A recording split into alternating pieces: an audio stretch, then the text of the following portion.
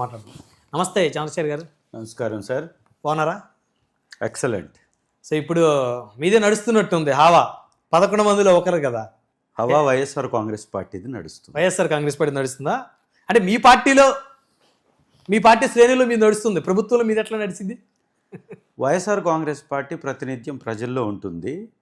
ఆంధ్ర రాష్ట్ర రాజకీయాల్లో కీలక భాగస్వామిగా ఉంది. ఈరోజు అధికార పక్షం ఏమైనా చేస్తే కదా ప్రజల్లో ఉండడానికి. ధర్నాలు కానీ, ర్యాలీలు కానీ, కార్యక్రమాలు కానీ, ప్రభుత్వ వ్యతిరేక ప్రోగ్రామ్స్ కానీ చేస్తుంది వైఎస్ఆర్ కాంగ్రెస్ పార్టీ. కాబట్టి ఎక్కడ చూసినా వైఎస్ఆర్ కాంగ్రెస్ పార్టీ జెండా కనపడతా ఉంది. 2024 జనవరిలో మిమ్మల్ని ఎర్రగొండపాలెం నియోజకవర్గానికి ఇన్ఛార్జిగా జగన్మోహన్ రెడ్డి గారు ప్రకటించారు. 2 సంవత్సరాలు కంప్లీట్ అయింది. సో ఇప్పుడు ఆ పార్టీలో ఉన్నటువంటి 11 మంది ఎమ్మెల్యేలు మీరు ఒకరు. సో ఎలా ఫీల్ అవుతున్నారు? 2 సంవత్సరాలు వెనక్కి వెళ్తే, సో ఈ 2 సంవత్సరాల కాలం ఎమ్మెల్యేగా కీలకమైనటువంటి ప్లేస్లో ఉన్నారు. చాలా గర్వంగా ఫీల్ అవుతున్నాను. ప్రజల పక్షాన పోరాడే అవకాశం నాకు ఇచ్చినటువంటి జగనన్న గారికి హృదయపూర్వకంగా మరొకసారి ధన్యవాదాలు తెలియజేసుకుంటున్నా.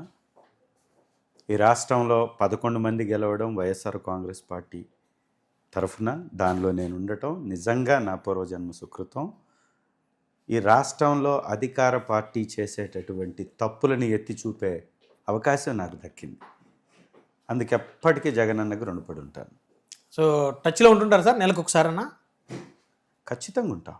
ఖచ్చితంగా కనీసం 2 సార్లు ఉంటాం నెలలో. అంటే ఆ యాక్సెస్ ఉందా? అందరికీ ఉంది. ఓడిపోయినా గెలిచినా ప్రతి ఒక్కళ్ళకు ఉంది. అంటే గెలిచిన వాళ్ళు కొంత స్పెషల్ కదా. ఖచ్చితంగా మా సమస్యల మీద మాట్లాడుకోవడానికి అవకాశం ఉంటుంది. నియోజకవర్గ సమస్యల మీద మాట్లాడే అవకాశం ఉంటుంది.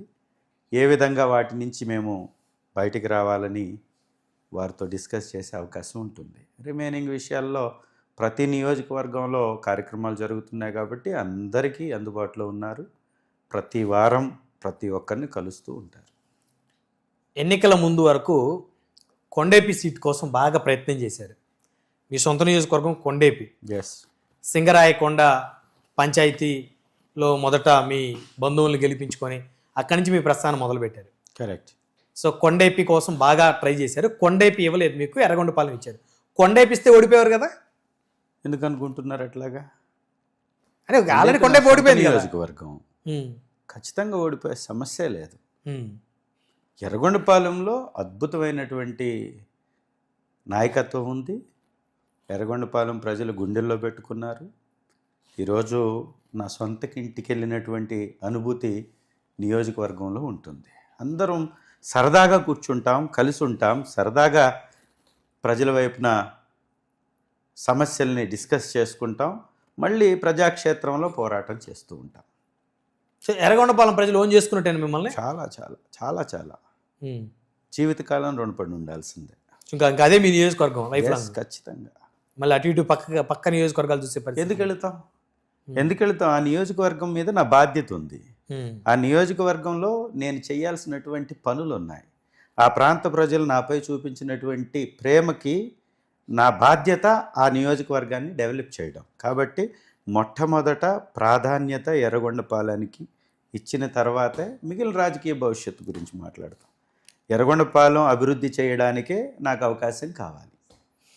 ఎర్రగొండపాలెం నియోజకవర్గం నుంచి ఎమ్మెల్యేగా, వైసీపీ ఎమ్మెల్యేగా ఉన్న తాటిపర్తి చంద్రశేఖర్ గారు వచ్చే ఎన్నికల్లో ఇదే నియోజకవర్గంలో టికెట్ని కాపాడుకోవడం కోసం జాతీయ స్థాయి ఎడ్ల పందాల పేరుతో తన బల ప్రదర్శనని చేశాడు అని అంటే ఏమంటారు? హాస్యాస్పదం. చాతగాని పనికి మాలినటువంటి వారు మాట్లాడేటటువంటి మాట. ఎలక్షన్ 3 సంవత్సరాలు ఉంది. ఇవాళ బల ప్రదర్శన ఏంటి? గెలిచిన వాళ్ళలో 11 మందిలో నేను ఒకరిని. ఇవాళ నేను కొత్తగా నిరూపించుకునేది ఏంటి? వైఎస్ఆర్ కాంగ్రెస్ పార్టీ తరఫు నుంచి నా గళాన్ని వినిపిస్తూ నా నియోజకవర్గ ప్రజల కోసం నిత్యం అందుబాటులో ఉంటూ, ఇప్పటివరకు ఏ ఎమ్మెల్యే కూడా అక్కడ నివాసం ఏర్పాటు చేసుకోలే. మొట్టమొదటి ఎమ్మెల్యే ఎర్రగొండపాలెంలో నివాసం ఉంటుంది నేను. నాకెందుకు అజాగ్రత్త ఉంటుంది? నాకెందుకు వారిపై లేదా నా అభద్రతా భావం ఎందుకు ఉంటుంది? ఇది అంతా కావాలని చేసేటటువంటి తప్పుడు ప్రచారం. అలాంటి రాజకీయ నాయకుల్ని అపరిపక్వత కలిగినటువంటి రాజకీయ నాయకులు అంటారు. 2024లో మీరు ఎమ్మెల్యే అయ్యారు. 2025 జనవరిలో పెట్టొచ్చు కదా జాతీయ స్థాయి ఎడ్ల పందాలు. 2026లో ఎందుకు పెట్టారు? నేను జాతీయ స్థాయి ఎద్దుల పందాలు పెట్టడానికి కారణం ఎలక్షన్స్ గురించి కాదు. ఎలక్షన్స్ గురించి అయితే మీరు చెప్పినట్టు పెట్టాలి. నాకు ఓటేసినటువంటి జనం ఎక్కడా కూడా తగ్గకూడదు. నా నియోజకవర్గంలో వైఎస్ఆర్సిపి నాయకుడు ఎక్కడా తల ఒగ్గకూడదు. నా గడ్డ ఇది, నా ఎర్రగొండపాలెం వైఎస్ఆర్సిపి బలం ఇది అని నేను చూపించాలా. సంక్రాంతి అంటే తెలుగువారి పండుగ. సంక్రాంతికి మా నియోజకవర్గం నుంచి అత్యంత మంది వలస వెళ్ళినటువంటి వాళ్ళు వెనక్కి వస్తారు. వాళ్ళని ఖచ్చితంగా సంక్రాంతి మా ఎమ్మెల్యే గారి ఆధ్వర్యంలో బ్రహ్మాండంగా జరుగుతుంది. కాబట్టి మనం అందరం వెళ్ళాలని విదేశాల్లో ఉన్నటువంటి వాళ్ళు కానీ, పక్క రాష్ట్రాల్లో ఉన్నటువంటి వాళ్ళు కానీ, కుటుంబాలకు దూరంగా నివసిస్తున్నటువంటి వాళ్ళు కానీ అందరూ రావాలి, కలవాలి, ఏకం కావాలి. వైఎస్ఆర్ కాంగ్రెస్ పార్టీ నిర్వహించేటటువంటి కార్యక్రమాల్లో సాంస్కృతిక కార్యక్రమాలు మేము నిర్వహించింది వాళ్ళలాగా క్యాబరే డ్యాన్సులు బెట్ల, వాళ్ళలాగా అమ్మాయిల్ని అవహేళన చేస్తూ మహిళల్ని ఇబ్బంది పెడుతూ మహిళా లోకాన్ని కించపరిచే విధంగా తెలుగుదేశం కూటమి నాయకులు వ్యవహరించినట్టు మేము ఇలా ఒక సాంస్కృతిక కార్యక్రమం. అది కూడా మన గర్వం, మన గౌరవం. మన అని ఎందుకంటున్నా అంటే మీరు కూడా ప్రకాశం జిల్లా ముద్దు బిడ్డే. ప్రకాశం జిల్లా అంటే గుర్తొచ్చేది ఒంగోలు ఎద్దులు. ఒంగోలు ఆ జాతి సంపద మన నుంచి దూరం అవుతూ ఉంది. అవును ఒంగోలు జాతి ఎద్దులు ప్రపంచ ప్రఖ్యాతిగాంచినటువంటి. అవును కానీ ఇప్పుడు వచ్చినటువంటి యాంత్రిక ప్రపంచంలో ఇప్పుడు ఎవరు ఎద్దులతోటి దున్నేటటువంటి పరిస్థితి లేదు. అందరు కంప్యూటర్ అలవాటు పడిపోయారు. పొలాలకి వ్యవసాయానికి ఎద్దుల్ని వాడే పరిస్థితి లేదు. అందుకే ఎద్దుల్ని పోషించడం చాలా భారంతో కూడుకున్నటువంటి అంశం.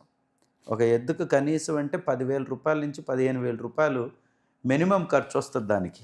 అది ఇంకా పోటీలకు సంబంధించినటువంటి ఎద్దు అయితే దాదాపు 1,00,000 రూపాయల వరకు కూడా ఖర్చు వచ్చేటటువంటి అవకాశం ఉంటుంది. అలాంటి ఎద్దుల్ని